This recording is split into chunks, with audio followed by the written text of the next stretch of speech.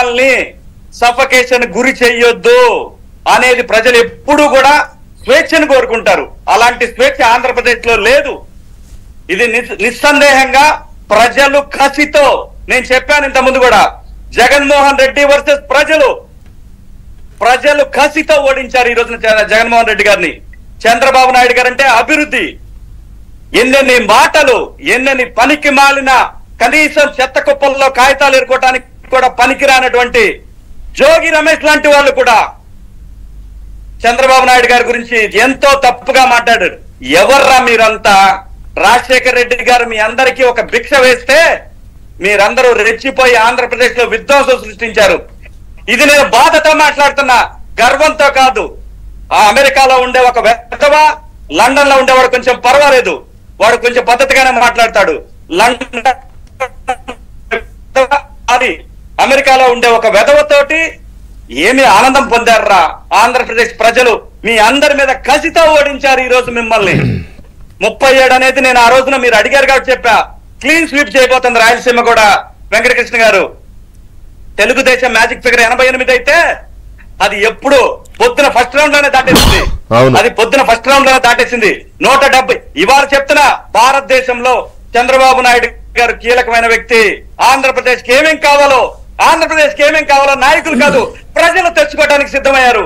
అది ఈ రోజున ఆంధ్రప్రదేశ్ లో ప్రజలు చూస్తా ఉన్నారు. నేను గర్వంతో ఉప్పొంగిపోవటల్లా, లేదంటే చించుకోట్లా. నేను ఈ రోజున బాధతో నా రాష్ట్రానికి జరిగిన అన్యాయం, అంతా ఇంత అన్యాయం జరగలే ఆంధ్రప్రదేశ్ కి. ఆడుకున్నారు ఆంధ్రప్రదేశ్ తోటి ప్రతి ఒక్కడు కూడా.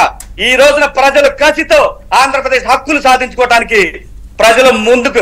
ఏది ఒక్కొక్కడు చెప్తాడు, ఆడెవడు కేఎస్ ప్రసాద్ గాడు. కేఎస్ ప్రసాద్ గుర్తుపెట్టుకో, ఇది ప్రజల యొక్క అవసరాలతో ఆడుకుంటే, ప్రజల యొక్క ఏదైతే ప్రజలకు కావలసినటువంటి అభివృద్ధినితో ఆడుకుంటే జాగ్రత్త. నువ్వు తెలివైన వాడివి, జాగ్రత్తగా పెట్టుకో. ఈ సందర్భంగా రజనీకాంత్ నీకు కూడా చెప్తున్నా, ఆంధ్రప్రదేశ్ మీద విషం చెంపడానికి సంపాదించుకున్న డబ్బుని బయటకు తీస్తా, గుర్తుపెట్టుకో. వదిలే అనుకున్నావా? స్టాక్ మార్కెట్ లో నీకున్న షేర్లు నువ్వు ఎవరి ద్వారా అయితే సంపాదించావో అన్ని ప్రజల ముందు పెడతా. ఒళ్ళు దగ్గర పెట్టుకో. మీడియా ఉందని చెప్పి అడ్డంగా సంపాదించాలనుకుంటే ప్రజల యొక్క సొమ్ముతోటి, ప్రజల యొక్క రాబోయే తరాలతోటి ఆడుకోవాలనుకుంటే తస్మాత్ జాగ్రత్త, గుర్తుపెట్టుకో. చాలా మంది మీడియా ముసుగులో ఎవరైతే ఒళ్ళు బలిసి అన్నారు కదా శివాజీ, ఇందాక మీరు ఒక మాట అన్నారు, ఆయన ఒక మేధావి తెలివైన వాడు కేఎస్ ప్రసాద్, నువ్వు అనవసరంగా ఇది చేసావని. నిన్న కూడా డిబేట్ ఏదో నడుస్తుంటే చదువుకున్నాడు కదా. మనము కాదు శివాజీ, నేను అనేది ఆయన చదువుకున్నాడు, లిటరేట్, ఇంటలెక్చువల్, మనం దాన్ని ఒప్పుకుందాం. కాకపోతే ఒక స్టాండ్ తీసుకున్నాడు, ఎందుకు తీసుకున్నాడు ఆయనకు తెలుసు. అయితే నిన్న కూడా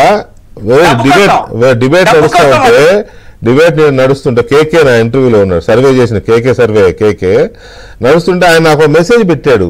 అసలు అరకు పార్లమెంట్ లో, అరకు జిల్లాలో మండలాలు ఎన్నో చెప్పమనండి అతన్ని అని ఏదో మెసేజ్ పెట్టాడు. అంటే అంత చిన్న చూపు అనమాట, రైట్ ఓకే. కేఎస్ ప్రసాద్ ఆయన కాకుండా ఇంకా చాలా మహామేధావులు, వామపక్ష మేధావులు, లేకపోతే జర్నలిజం ముసుగులో తెలకపల్లి రవి. మీరేంటి ముసుగు? తెలకపల్లి రవి వయసు వచ్చింది, వివరం లేదా మనిషికి? వయసు వచ్చింది. ఆంధ్రప్రదేశ్ ప్రత్యేక హోదాతో ఆడుకున్నాడు. ఇంకా చాలా ఉండవల్లి అరుణ్ కుమార్ ఆంధ్రప్రదేశ్ తో ఆడుకున్నారు మీరంతా. నేను ఈ సందర్భంగా చెప్తున్నా, నిజంగా మీరు ఆంధ్రప్రదేశ్ కి న్యాయం చేయాలనుకుంటే జర్నలిస్ట్ సోదరులు మళ్ళీ రాజమండ్రిలో, ఎందుకంటే వీళ్ళందరూ రేపటి నుంచే విషయం చెబుతారు ఆంధ్రప్రదేశ్ మీద. ఎక్కడ ప్రెస్ మీట్లు పెట్టకండి. వీళ్ళు అది నిన్నే మొదలైంది ఆల్రెడీ. మొదలు పెట్టండి.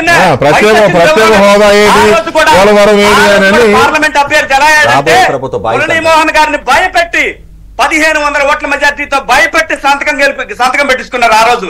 లేకపోతే అతను ఎలా అవుతాడు? అసలు ఏముందని చెప్పి అతని దగ్గర జ్ఞానం, విషయం చేయటం తప్ప ఆంధ్రప్రదేశ్ మీద, తెలుగుదేశం పార్టీ మీద, కమ్మోళ్ల మీద. ఇప్పుడు పవన్ కళ్యాణ్ గారిని రెచ్చగొడతారు చూడండి. పవన్ కళ్యాణ్ గారిని రెచ్చగొట్టి ఈ రోజు ఈ విషయంలో కీలక పాత్ర పవన్ కళ్యాణ్ గారు, చంద్రబాబు నాయుడు గారు, ఆంధ్రప్రదేశ్ ప్రజలు 47 డిగ్రీల్లో నిలబడి 75 ఏళ్ల యువకుడు చంద్రబాబు నాయుడు గారు. ఆ తర్వాత పవన్ కళ్యాణ్ గారు హీరో.